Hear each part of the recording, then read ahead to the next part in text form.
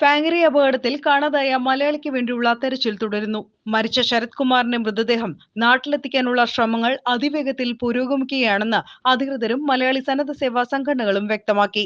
ഫാങ്രിയിൽ മീൻപിടുത്തത്തിനിടയിൽ കഴിഞ്ഞ ദിവസം അപകടത്തിൽപ്പെട്ട രണ്ടുപേരിൽ ഒരാളുടെ മൃതദേഹം കണ്ടെത്തിയിരുന്നു. ശരത് കുമാറിൻ്റെ മൃതദേഹമാണ് കണ്ടെത്തിയത്. മറ്റേ ആൾക്ക് വേണ്ടിയുള്ള തിരച്ചിൽ തുടരുകയാണ്. ശരത് കുമാറിൻ്റെ മൃതദേഹം നാട്ടിലെത്തിക്കാനുള്ള നടപടിക്രമങ്ങൾ ആരംഭിച്ചു. ഫാങ്രിയിലെ മലയാളികളും വട കമ്മ്യൂണിറ്റിയും ഫാമിലിക്ക് സപ്പോർട്ടുമായിട്ട് സദാസമയമുണ്ട്. ആലപ്പുഴ നെടുമുടി സ്വദേശിയാണ് മരിച്ച ശരത്. കോട്ടയം പുതുപ്പള്ളിയിൽ നിന്നാണ് നഴ്സിംഗ് പഠനം ശരത് പൂർത്തിയാക്കിയത്. നഴ്സിംഗിനൊപ്പം വിദൂര പഠനത്തിലൂടെ ഹോസ്പിറ്റൽ അഡ്മിനിസ്ട്രേഷനിൽ ബിരുദാനന്തര ബിരുദവും ശരത് കരസ്ഥമാക്കിയിരുന്നു. 2015 കുവൈത്തിലാണ് ആദ്യം വിദേശ ജോലിക്കായി എത്തിയത്. 8 വർഷത്തെ ഗൾഫ് ജീവിതത്തിന് ശേഷമാണ് ന്യൂസിലാൻഡിൽ എത്തുന്നത്.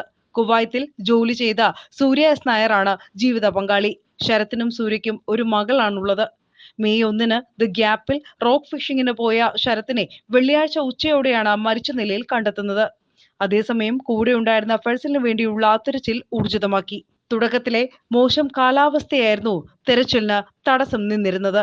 Ocean news, New Zealand.